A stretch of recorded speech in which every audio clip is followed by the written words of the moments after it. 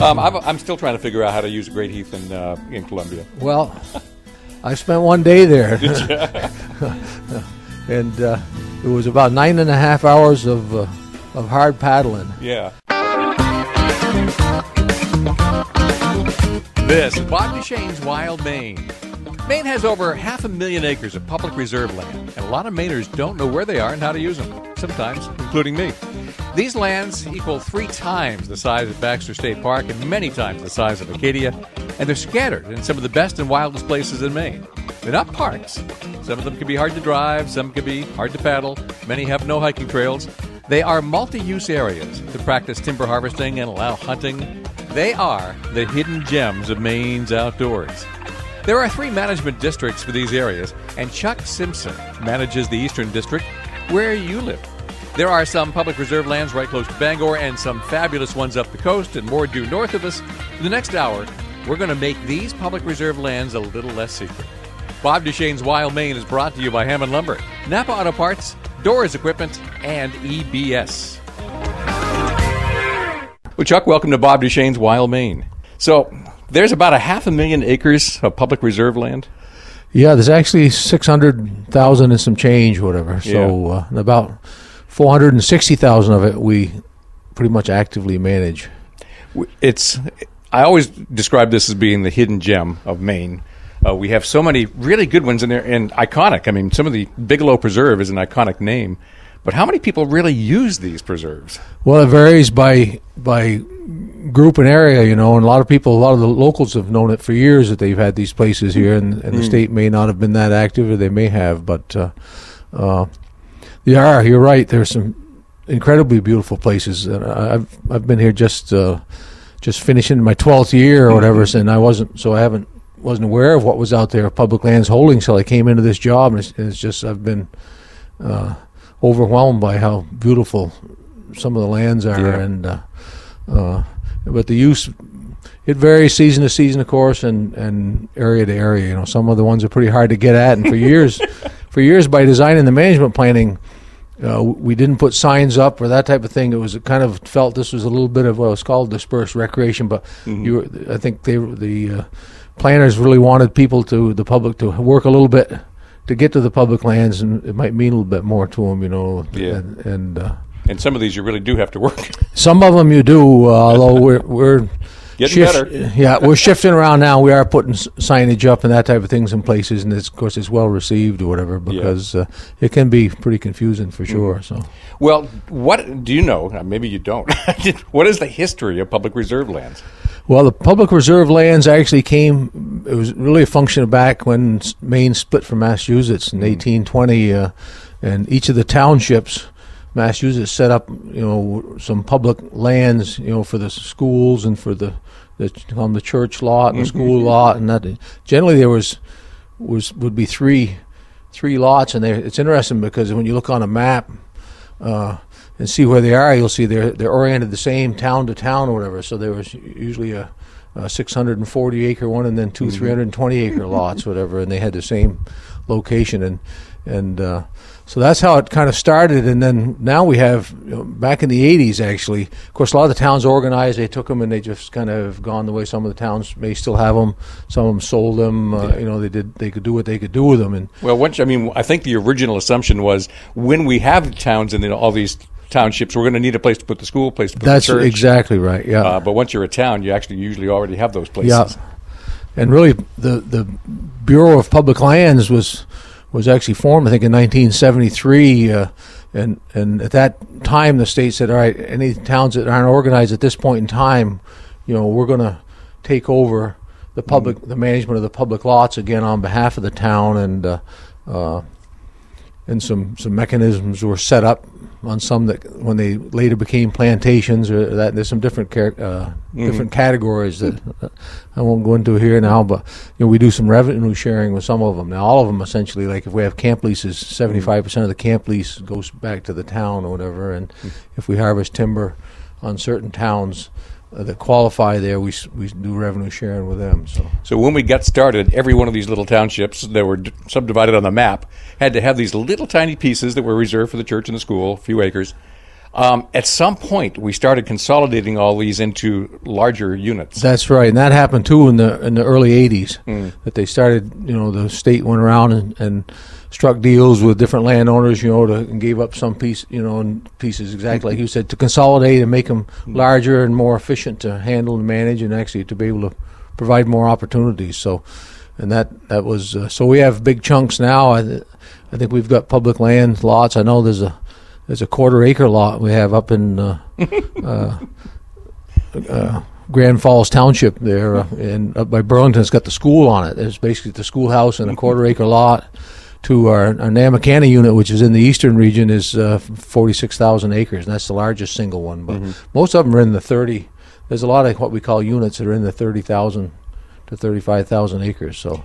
One of the things that makes these different is they are managed for multiple uses very specifically. It's not like a state park, which is mostly recreational and scenic beauty and stuff like that. There's a lot of forestry that can happen on these units. That's right, and that's basically the charge to public lands. We're charged really to manage this land in an exemplary nature for multiple of uses, forestry being one of them certainly, but wildlife, recreation, and visual considerations. And we're a dedicated fund agency, so we don't get money from the general fund. So not only do we do that, but the money that's generated from some of those things has to go to cover the costs of them. So, in fact, I actually have a bill in to ban mining on public lands. Yeah, I know that's where been that goes. that's been one that's been quite a bit of interest there, in a couple of started at a couple of specific places in the northern region, I think so. Well, I think the thing is, you go to Acadia, you get Acadia. What I like about all the public reserve lands is that each one of them is really different. Each one seems unique.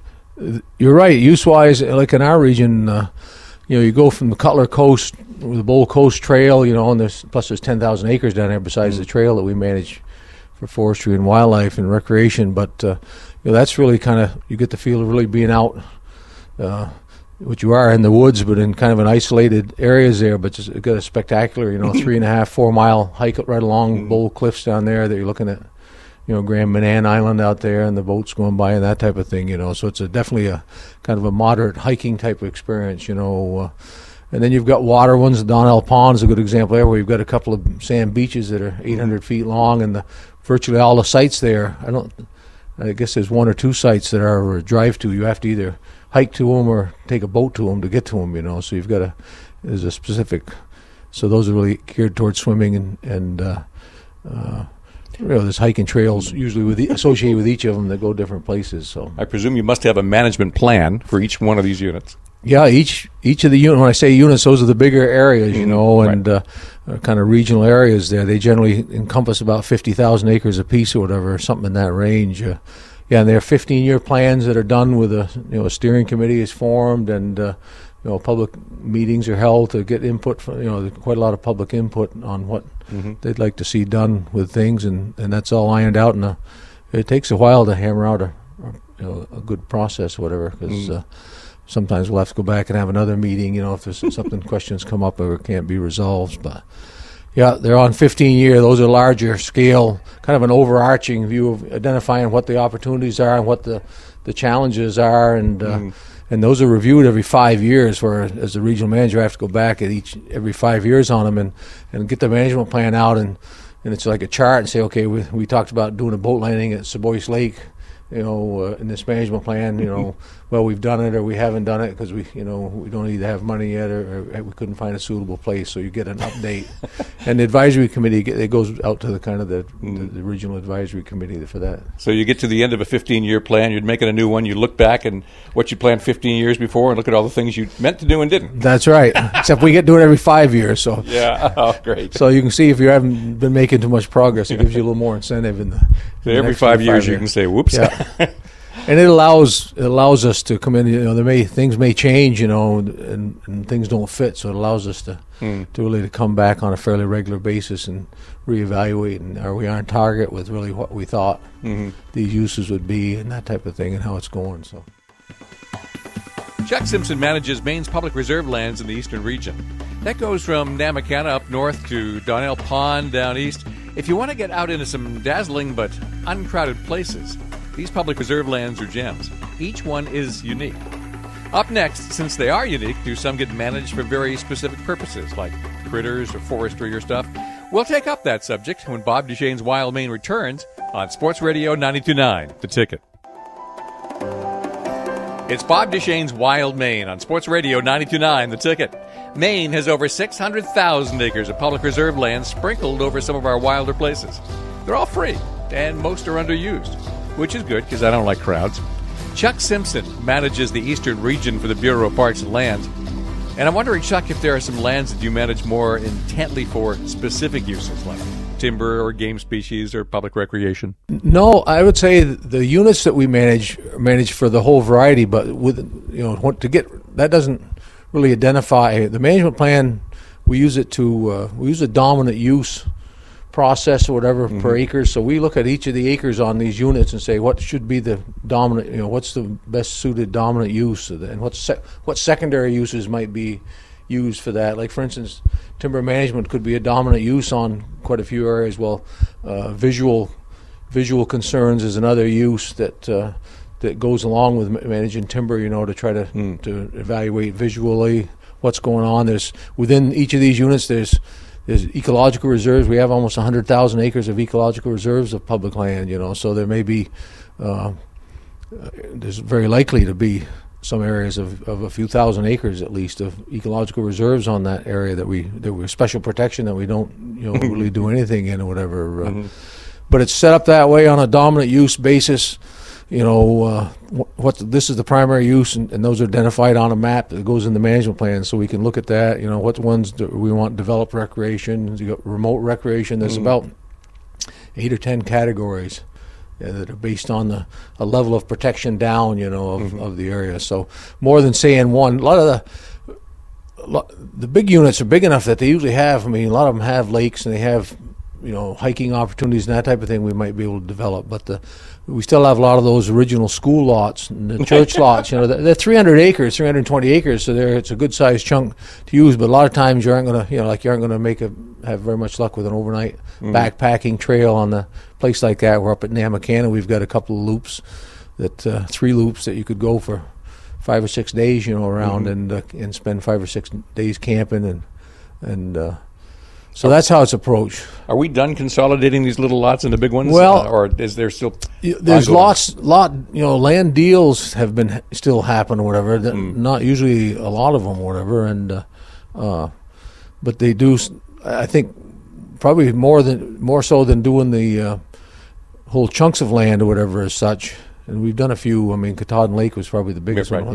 That was probably the biggest one. But a lot of it, there's lots of right of way issues to some of these lots don't have really a very good clear legal right of way to access wise, and of course in the main objective of public lands is to make the public's lands available to the public, so and of course they're all free, but if they're on North Maine Woods land you have to pay right. It's first come first serve. It's hard for people to we get a lot of calls say, well, I want to go camping at Seboyce Lake, what I have to do, reserve a campsite, and that's it's a little tough because we say it's first come first serve. As you say, on most public lands proper, there are no fees at all or whatever. But a lot of the land, particularly the northern region, and some of our land, like the Namacana unit in the eastern region, are within the North Maine Woods organization that manages public lands, and they do charge a fee. A day fee to spend on there as well. But in return, they provide some security and they maintain their own campsites and that type of thing. So, well, there are 3 management regions. You're in charge of the eastern one. That's correct. Okay. Some of the most famous reserves. I'm thinking Bigelow Preserve, Subumik, Mahoosics. They aren't in your area. No, they're over in the west. Yeah. So are you? I have West Region jealousy over there. Especially having grown up in Vermont, where there's some mountains there, but. I looked at the map. I was hoping Scraggly Lake would be in your jurisdiction. Yeah, that's the north region, so you'd have to go up there to that. So, well, I think about that when I think about some of the other water access, Telos, for instance. Yeah. Most of the recreational values there are by water and waterside campsites. There's no place to hike in Telos, and I wish there was. Yeah, right. I love that section of woods. Yeah. Some in your area are a challenge to get into. I'm thinking. I've been into Duck Lake a number of times, and if the logging trucks have been in there in muddy conditions, driving around there, not so easy. Yeah. Yeah, and that's, we've spent a lot of time and energy and money the last, certainly the 11 years I've been here, on road maintenance and upgrading roads, whatever. But you still find some areas that, we have 3 classes of roads that and we don't really post them on the maps. You can see them on the management plan, but we have public access roads where we really make a commitment that those things would be available. We don't necessarily keep them plowed, but they're in good enough condition. What I tell my crew when they're doing road maintenance, my definition of that is that, you ought to be able to drive that up there with your Volkswagen Beetle at 25 miles an hour, not rip your oil pan off of that. But, so those are public access are there for, they're at a higher standard. They're maintained at a higher standard. Most of our roads are, I would say, are management roads, what we call, that are used for management purposes, and they're open to traffic when they're open, but we don't necessarily guarantee, and we may close them down for years at a time if we've been in an area and we don't anticipate going back. Typically, we don't. We typically leave them open, at least in the eastern region, and I know the north. The west has a lot more issues there because they got such steep ground. For them, for their roads, a lot of times they really have to put them to bed when they get done working. Water bar them and pull out the culverts and that type of thing, because if they don't, then they've got some real question for erosion. But in the north and in the east, not to say we don't have some steep areas, whatever, for the most part, our areas are level enough that most of our roads are left open that way. But those are the ones you probably get on that were, a little slimy. A lot of them might not really even have a gravel. They just have been built up with an excavator with some ditches to drop the water down, and then we let the ground dry out, and once it gets packed down by driving over it, we call them three-season type of roads, Well, I can remember several occasions where I would turn to my passenger and say, "Hang on!" Yeah, right. See, you were probably fishing, too, so you were trying to, go into some of those nice fishing holes. Or something there. I'm still trying to figure out how to use a Great Heath in Columbia. Well, I spent one day there. And it was about 9.5 hours of hard paddling. Yeah. There was 4 of us in 2 canoes there. We were checking things out. We were trying to find we heard that there was a renegade camp out there that had never really been identified, so we went looking for that, and we did find it, actually. But we crossed 26 beaver dams and 9 hours worth of paddling, and I never been back since. Not to say it isn't beautiful, because it was beautiful, but you had to work. Well, it's a beautiful spot on a DeLorme map because you can see where it is, but you can't get there from here. Well, and that's the other thing. Even though there was 4 of us from public lands there, we got lost trying to get back. Instead of coming out in Cherryfield, we end up down Columbia Falls, on the Blueberry Barrens. Going back to Duck Lake for a moment, that's a case where you actually do have some active management for specific species, and I'm thinking ruffed grouse. Yeah, we've done some generally patch cuts in aspen of several acres, in 10-year increments there to favor ruffed grouse up there. We've done a few at other places too, but we've probably done more there than most places. The voice you hear is Chuck Simpson. He manages Maine's public reserve lands in the eastern region. Because we've got Baxter State Park and Acadia National Park and now a new national monument, it's easy to overlook some really extraordinary places on our public reserve lands. Most aren't crowded at all, but a few are getting popular. So up next, we'll sort out the popular ones when Bob Duchesne's Wild Maine resumes on Sports Radio 92.9 The Ticket. This is Bob Duchesne's Wild Maine, Saturday mornings at 9, Sunday mornings at 8 on Sports Radio 92.9 The Ticket. I'm in the Bangor office of the Maine Bureau of Parks and Land. I'll leave the parks for another day. On this show, we're getting the inside story of Maine's public reserve lands. Chuck Simpson manages the eastern region, and I'm wondering, Chuck, which are the public's favorites in terms of actual usage? Well, I can only go region by region or whatever, but I know in ours, in the eastern region, of course, cutler gets a lot of use, and it's hard to track because some people sign in the book, but it's also limited. It's a few people a day throughout the year, and then on certain times, we actually have had to expand that parking lot, double the size of it there. So improved the bathroom too. Yeah, that's right. Well, established one, which having one was an improvement. Yeah, that's right. So that's one of the. That's got awards. I've got plaques on the wall from Down East magazine of the Yankee of the best hike down east, whatever. And of course, it's just spectacular. I enjoy reading the comments from the people who hike it, you know, when they go yeah. out through. But for instance, in the eastern region, just in general use, I think, as near as I could tell, the Donnell Pond unit down That was near going to be Tunk my Lake guess. is probably has the heaviest use. It certainly has a lot of use, and in the thousands of people a year or whatever. Is that mostly for the pond, or is it mostly for hiking up Tunk Mountain? Or? It's mostly for the camping in the pond there. Mm-hmm. Yeah.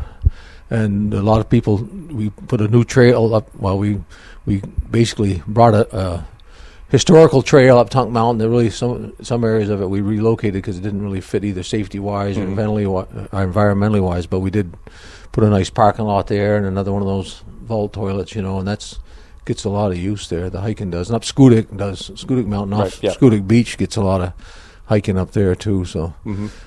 Those you can be rewarded at Donnell Pond with some beautiful views in a fairly short hike. You can actually, yeah, it's true. Yeah. Cutler, on the other hand, as you say, first come, first serve. Yeah. What happens if you hike with all your heavy camping gear all the way down to the end and all the campsites are full? Well, in most public lands, in 90+%, well, not counting the North Maine woods, but on most public lands, the general policy is you can camp anywhere on public lands you choose to, but you can't have a fire. Mm-hmm. But actually, Cutler is an exception to that because really there's about 3,000 acres south of Route 192 where the trail is. It's about a 10-mile figure-8 loop trail there. And all the camping is at the end. That's right. Well, it's about 2/3 of the way down. But it's a long way to find out all the sites are filled. Yeah, and you can't count on someone filling in and saying they've been there or whatever as such. But that we don't allow camping there because it's all an ecological reserve too, and it's pretty tender ground in there. Now, we did add 2 campsites last year, more by right near the intersection of the figure-8 or whatever to relieve some of the. But that's one of those, and I know they have cases at the other regions too where we call it getting loved to death. You know, it's just people find it and they enjoy it so much that it just kind of really gets an awful lot of use. So, well, in the case of Cutler, I think it's getting enough use now that I've stopped going in there. Yeah, well, certain times I got other of year, places to go. It's just like we go to Acadia. We don't usually go in the summer. We pick the shoulder seasons. There when there's not quite so many. But yeah, you're right. Besides that area, it's got some other land trust trails that are. That's right. Once you get down to that area, you got the whole Bowl Coast, down. There are so many secret places down there. Yeah, and I'm not going to reveal them. Yeah. Let's talk about one I'm completely unfamiliar with. Yeah. That's Amherst Mountain Community Forest. Yep. I see the signs on Route 9. They started popping up there about 3-4 years ago. Yes. So, and that's really the first time I knew it was even there. Yeah, and that was part of a series when I was talking about how we didn't used to put signs up a few years ago. I had a bunch of signs made, and we tried putting them out at a couple of places, Donnell Pond being one, Machias River Corridor being another one, which was a nice little gem as far as camping-wise, too, and Amherst, and we gotten really a lot of good reaction back. So I know that's in the plan to do much more of the signage or whatever. It can be hard to maintain because if people like to take them down and take them away or whatever. But Amherst anyway it's about 5,500 acres. It's located right off Route 9 in Amherst. There's 3 entrances to it actually along there. 2 of them have yard arm signs. There's one in the middle. It's a management road. You're welcome to drive in there, but it's not. It just goes in there a mile or so and just kind of stops. You can do some hiking, but and that one's a little bit unique because the Forest Society of Maine played a big role amongst others in getting that land in public hands, and it's called the Amherst Mountain Community Forest because the town of Amherst actually has a formal role, and like they basically can control or can direct the forest management, whatever. We still take care of the recreation and maintenance and that type of thing, but and it's a lease type of an agreement there, and where we split the responsibilities and then we split any revenue that gets. And they've got a town committee that's been very good. I work with we meet a couple times a year or whatever, and I try to make sure I get to those meetings if I can, and so we know what's going on, and they've got the schools using it up there and that type of thing. So that one's a little bit different or whatever. It's got some hiking trails that already existed. We've improved those put some improvements on those. They go up to a couple of really nice ponds, Partridge Pond and Ducktail Pond on one side, and then on the Bald Bluff Mountain on the other, where you can go out into an old growth spruce forest, some really large red spruce there that are 200, 250 years old or whatever there, and goes through that and goes along a ledge section, really beautiful in the fall. Again, another one of those short hikes. It's steep a little bit, but you can put a fairly small amount of effort in or whatever, particularly on the Bald Bluff Trail.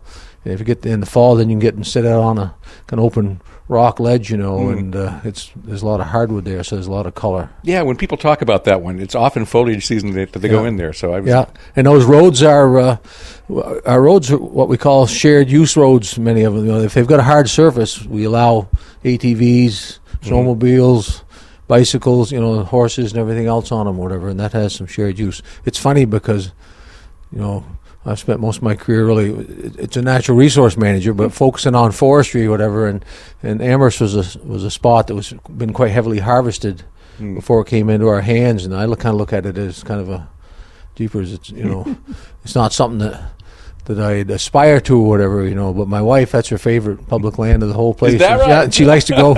We've got a side-by-side ATV, and we have several times a year we have to go and drive the trails, drive the road, and then hike the trails up to the ponds and that type of thing. My guest is Chuck Simpson. He manages Maine's public reserve lands in the eastern region. I've been to a lot of them, but not all of them, and some I haven't been to in a very long time. In fact, it's been more than 25 years since I hit one of them, which is weird because you can see the signs for it on Route 9 in Washington County just driving right by. Time to catch up with an old friend when Bob Duchesne's Wild Maine returns in a moment on Sports Radio 92.9, The Ticket. This is Bob Duchesne's Wild Maine on Sports Radio 92.9, The Ticket. Chuck Simpson manages Maine's public reserve lands in the eastern region. These are some of Maine's wilder places off the beaten track and not heavily used. You might know some of these lands, at least by name. Chuck supervises Namakanta, Cutler, Donnell Pond. Maybe you know Duck Lake and certainly the Machias River corridor. Well, here's another one in your district that I haven't been into in 25 years, and it's Rocky Lake. Yeah. It is. I hate to think I'm that old, but it's like a quarter century since I've been in there. Yeah. What's new? Well, we've put a nice new... we put some new signs there, too. Yeah, that's all. I drive by on Route 9 all the time, and I see those signs, and that's now my only familiarity with Rocky Lake is I see the signs out front. Yeah. Well, we put a vault toilet in there, and we haven't done... That's mostly Rocky Lake's mostly I'd say, boating and fishing type of destination. There aren't really trails there. There aren't, there's not a high prominence or somewhere where you can go. There's a lean-to up on one side, an old lean-to that's been there for years that is available for camping. So they do. It's water. There's about 3 water access campsites there. You can canoe to or paddle to, and it's part of the East Machias River system too. And you can actually, so it's the lower end of the East Machias River trip if you were to take a trip through there. So well, I took a boat in there, as I say, 25 years ago maybe, and I found it to be a remarkable lake because it's relatively shallow and you get all these glacial boulders sitting right there. You do, yeah. You have it's well named. That's right. It's supposed to be, it has a very good reputation for bass fishing. Yeah. That's what I've heard. So well, it is a shallow lake, so you would think. All right, closer to home, Bradley. Yeah. There's about 10,000 acres there. I've used maybe 6. Yeah. What am I missing? Bradley's an interesting one because that was one that was gotten, I think, in 1983 from International Paper, and I think we're one of the main ones, and maybe Prentice and Carlisle or whatever. But it was picked up as a trade lot. It wasn't ever going to. The Bureau didn't plan on managing it. They were going to take that and use it as trade for some other place when the time apparently came available. And they said, "All right, we're going to take this." So even though there was a forester out there, George Ritz from up your way, I don't know if you know George or not. Don't know him. But anyways, he retired after 25 years or more with the Bureau. But anyway, when I came 12 years ago, there was the Kingsbury Road goes in there, and over on the other side there's a parent road or whatever. And again, we didn't own access all the way out to the road on either one of them. Our lot's in there about a mile or so. But George came to me there and said, well, because they hadn't done any management in the roads, there was no road system to do management. He said, well, what do you, we've been told in the past, we're going to wait to trade this, whatever, but I'd like to go manage it. So I went and looked at it with him, and I said, yeah, we should. So we started putting money in the road. So we have a loop road that goes in there about 8 miles. It goes in off Kingsbury Road, loops all around. Some of it was original that we had to upgrade. Most of it's brand new road there. And so you could come out the Parent Road if you had a right-of-way. Now that's changed a little bit now with the Nature Conservancy has purchased that section of Township 22 there or whatever, and they did actually we worked pretty closely with Nature Conservancy. Their name was on a lot of our lots, and they contacted me and said, well, what kind of use? They were looking at pulling the bridge out, so what kind of think about replacing this in, with a bridge as opposed to a culvert? We want to know how much you use that road. And I said, well, we use it periodically in the wintertime, infrequently, but we don't have to now because we have a you don't have to. We bought 230 acres out closer to the road on the Kingsbury Road, including the boundary line there is the center line of the road. So we got legal access, public access from there. And actually, when we bought, the person we bought from had more land than we bought and whatever. So we bought a 100-foot strip. So we bought from the center line of the road 100 feet over, in case anything should ever happen. So that half a road becomes you can't ride on my half of the road, so you can't come in here type thing. If we had to, we could push over and build a road all on our own land. So that's been managed the last 10 years. A lot of really good forestry management in there. There's no campsites in there. People walk their dogs a lot, and they drive the roads bird hunting time and hunt in there quite a bit. I think we've got 13 or 14 bear bait sites. I was going to say, it looks like a great place for bears. Oh, yeah, it is. It is. And I could show you, just of interest, a picture we took. We thought we might have a picture of a mountain lion up there this spring because one of our foresters found a doe that had just been killed in the spring and hadn't even been eaten, but something had buried part of it up. So he took a picture of it, and we took it over here had the biologist look at it, because when he showed it to me, I said, that's a cat. That's a big cat kill there, very, kind of classic. And they said the same thing. So they said, well, so they gave us a trail camera and said, take this out and hang it in the tree there, and let's see what we see, Because they said it could be a bear, it could be a bobcat, but it was a pretty big. Well, bobcats will bury it, but a bear really won't. Yeah, full-sized. It was a full-sized adult doe, there. So. And it had two, you could see on the neck slashes where it grabbed. It looked like big gashes, but like I said, a lot of times that's still the bobcat, but they'll bite twice, so you have a big wound. So we left it out there for 2 or 3 weeks there before we got around and get back out and get it. And we got 2 pictures of a big bobcat, crowding 50 pounds, really nice pictures of it. Well, we got more than that pictures of him, but 2 that I had photocopies. I had copies of photo made. And and a coyote that came in at midnight and visited so it just was interesting there. But anyway, so Bradley, they shot. I know, like last moose season, they shot 3 moose in on that. Is that property. right? You wouldn't think that close to town. Three bulls right there, just on that 10,000 acres. You talked about that being a potential trade unit for later, or was held for that reason. Katahdin Lake was a case where we traded a lot of property in order to consolidate there. So how much of this horse trading has happened and goes on now? Not very much now. I think it got kind of settled out or whatever as such, So it was. I'm trying to think. The last Katahdin Lake had just come on, and that was certainly the last big one that affected in our region, at least 7,000 acres of lots that we had heavily managed. Were given up as part of that deal or whatever. So, but that's usually any sale of lands has to go through the legislature, as I'm sure you're aware. And it needs a 2/3 vote. Needs a 2/3 vote, which is very, it's nice, because it is important. Land, buying and selling land is kind of a long-term. You have to have a long-term outlook, so it needs to be entered into carefully, I think. That was my first session of the legislature, and that was a late-night vote. It was a long debate. Is that right? Yeah, really. Yeah. That was pretty controversial. I just had gotten...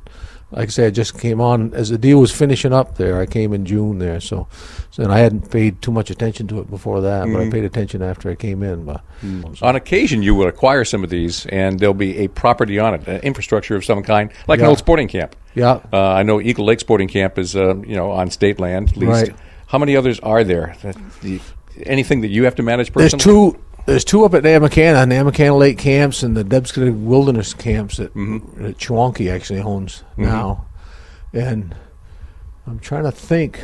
I think that might be the only two sporting camps in my region. My region has a lot of the conservation easements. We've got a couple 100,000 acres of the conservation easement, Katahdin Timber and Down East Lakes Land Trust, and some of these other ones big. So and Robbins Lumber, we actually have the conservation easement on that, but also we have the responsibility for the recreational, maintaining and developing any recreational use there, or whatever. So I'm thinking Red River in Debouli, is that? Yeah, that's a sport for sure. That's on the North region. Yeah, and that's they have they have several over at Kennebago Lake camps or whatever in the western region. Oh, is that right? I didn't realize that was on. Yeah, that's actually a lease there. Yeah, I haven't been there in like 15 years. Well, I got to get out more. I'm trying Pittston Farm. I don't know. I think that's off on its own. I think that's on its own. Yeah. Every year we have an it's called a silvicultural advisory committee that helps us with our management questions type of thing, and each region alternates hosting it, so every 3 years they come to the East region, then we go around, and that's where I've seen most of those when we go on those trips. We usually make arrangements to stay at those camps, whatever, because we already have a lease, we can get it, and so I've seen a lot of those. I never realized that another nice, the North is nice. The Red River camps, we stayed there one time, and Kennebago Lake once. Jen Brophy's doing a good job with those up there. Yeah. They really look good now. Yeah. Chuck Simpson manages Maine's public reserve lands in the Eastern District. There's a Western District and a Northern District, but no Southern District, because that's pretty much all organized towns now. As you heard earlier in the show, these lands were all assembled from little parcels of property on the Maine map. When the state split off from Massachusetts, our forefathers wanted to make sure there was a place where the church and school would go up there in the woods. Well, it's still woods. So these tiny parcels were eventually traded and acquired into big parcels, including one that's a river corridor. And that's up next. This is Bob Duchesne's Wild Maine on Sports Radio 92.9, The Ticket.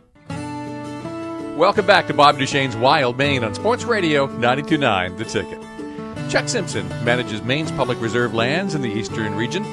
Every one of these special units is unique.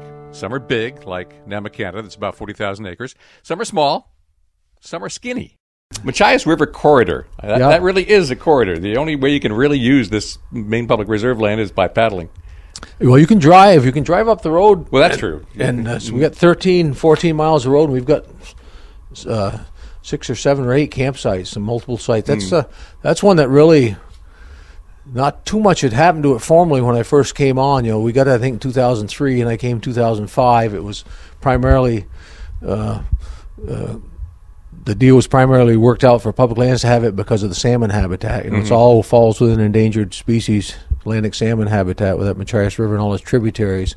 A lot of work was done in cooperation with the Atlantic Salmon Commission when Pat Kelleher was there, and also the Project Share, which is a private group that works with. Yeah. And they've put all the crossings we had. That was a goal out there, and it was accomplished within about 5 years. And we get a lot of grants for that. But all the stream crossings, the tributaries, and everything either have open bottom arch culverts or bridges or that type of thing to allow invertebrate passage up in them, whatever. We actually closed out a road that went down to one of the campsites at the West Branch and Machias River confluence there because it went right down along the river, and then there was a hung culvert there, and young of the year salmon would stack up there because there was a cold spring fed.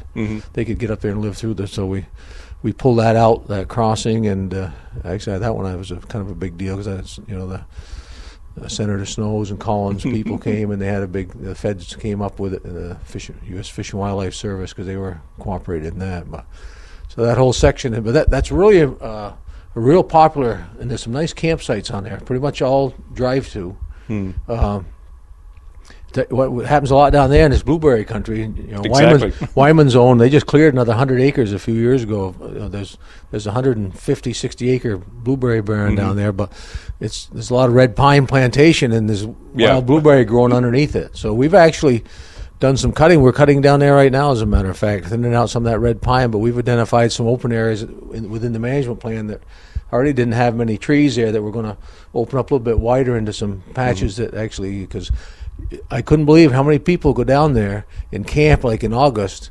And there's 2 or 3 of the ponds, Sabio Pond and Cranberry Pond, some of these that are, I guess, they're really good white perch fishing. And they go down there and they fish for perch in the evening or whatever, to put in their freezer, fillet them and everything. And then the day they go, rake blueberries out there as such. So that's a case where we've actually changed our management a little bit. And so we're enhancing some of the blueberry opportunities down there. So your job in particular, you spend more time in the field and more time at a desk doing paperwork. I spend too much time at a desk doing paperwork. That's right. Yeah. Didn't used to be that way, but like everything else. Well, I hope this radio show inspires people to go visit some of our public reserve lands. But how do they even start to find out where they are, how to use them?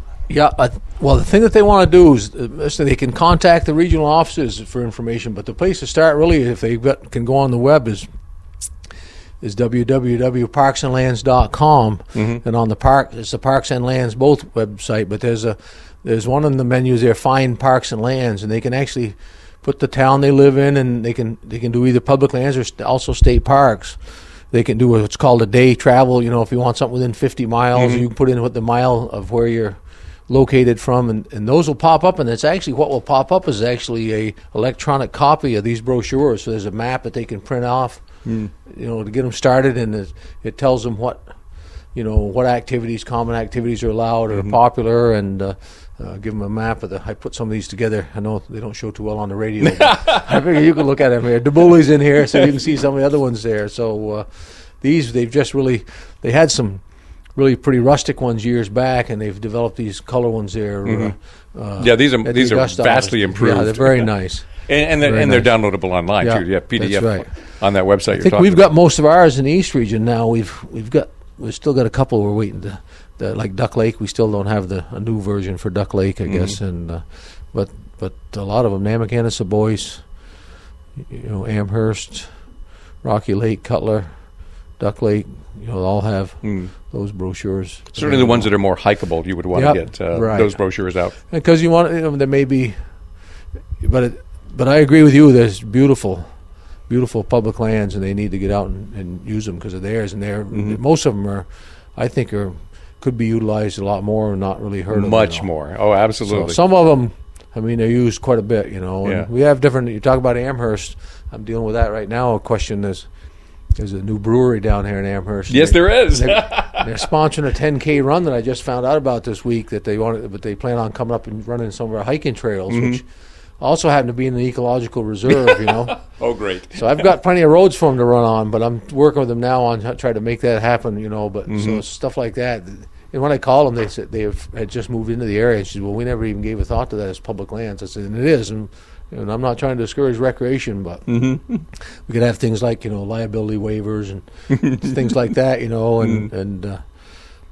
so we start to get some other uses. They've been filming down in Cutler twice of this Dual Survivor on, I think, a Discovery Channel. They've filmed 2 episodes down there, and so there's lots of different stuff that happens there.